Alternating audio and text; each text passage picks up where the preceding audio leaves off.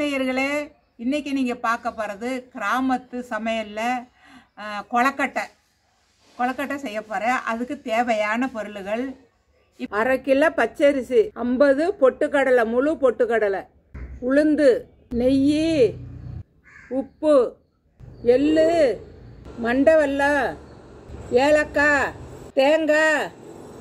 இப்போ பார்க்க போகலாமா?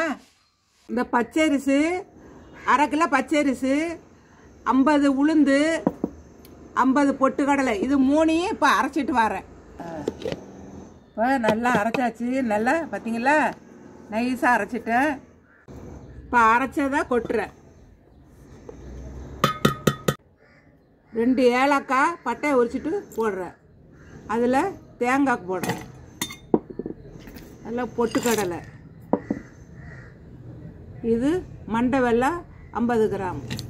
இப்போ இதை அரைச்சிட்டு வரேன். இதெல்லாம் நல்லா அரைச்சிட்டேன்.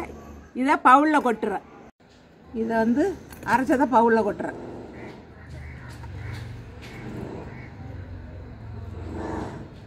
அடுப்பை பற்ற வச்சு இந்த எள்ளை வறுக்கிறேன். நல்லா பொரியுது பார்த்தீங்களா? இப்படி இந்த மாதிரி சடப்படன்னு பொரிஞ்சோடனே அடுப்பை ஆஃப் பண்ணிடுறேன். அவ்வளோதான். இதில் கொஞ்சம் உப்பு போடுறேன். சும்மா கொஞ்சமாக போட்டால் போதும், அவ்வளோதான். அதுலேயே நெய் கொஞ்சம் ஊற்றிக்கிறேன். நல்லா பிணைஞ்சி விட்டுக்கணும். நெய்யையும் உப்பையும் நல்லா பிணைஞ்சி விட்டுக்கிட்டு அப்புறமா தண்ணி ஊற்றணும். இப்போ தண்ணி ஊற்றி பிணைகிறேன்.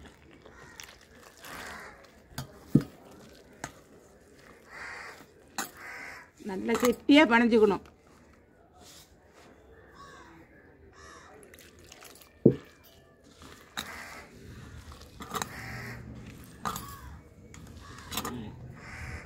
இதில் இந்த மாதிரி பிணைஞ்சிடணும்.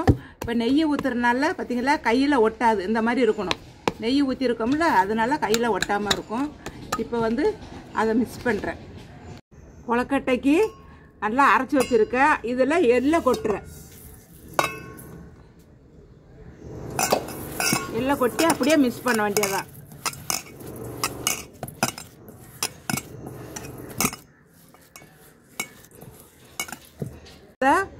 கொழக்கட்டைக்குள்ளே வைக்கிறதுக்கு உருண்டை பிடிச்சி வைக்கணும். மாவு எடுத்துட்டேன். இப்போ கொஞ்சம் இவ்வளோ எடுத்துக்கணும். எடுத்துட்டு நல்லா இப்படி உருட்டி இப்படி ஒரு வெள்ளை துணியை போட்டு, வெள்ளை துணியை தண்ணியில் நனைச்சிக்கணும். அப்போ தான் ஒட்டாமல் இருக்கும். இப்படி வச்சு அதில் அந்த உருண்டையை வச்சு, இனிப்பு உருண்டையை வச்சு, அவ்வளோதான்.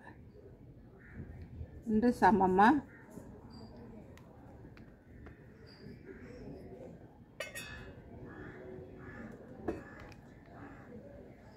கொழக்கட்டை ரெடி ஆயிடுச்சு. இப்போ தண்ணியை ஊற்றி வச்சுருக்கேன். அடியில் பார்த்தீங்களா, தண்ணியை ஊற்றி வச்சுருக்கேன். தண்ணி அடுப்பை பற்ற வச்சாச்சு. இப்போ எடுத்து வைக்கிறேன்.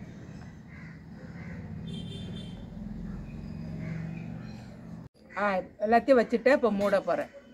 கொழக்கட்டை ரெடி ஆயிடுச்சு. இதை விநாயகருக்கு படைச்சிட்டு தான் நான் சாப்பிடுவேன். இதே மாதிரி நீங்கள் எல்லோரும் கொழக்கட்டை செஞ்சு விநாயகர் சதுர்த்திக்கு எல்லாரும் சந்தோஷமாக கொண்டாடி சாப்பிடுங்க. எல்லோருக்கும் விநாயகர் சதுர்த்தி நல்வாழ்த்துக்கள். நன்றி, வணக்கம்.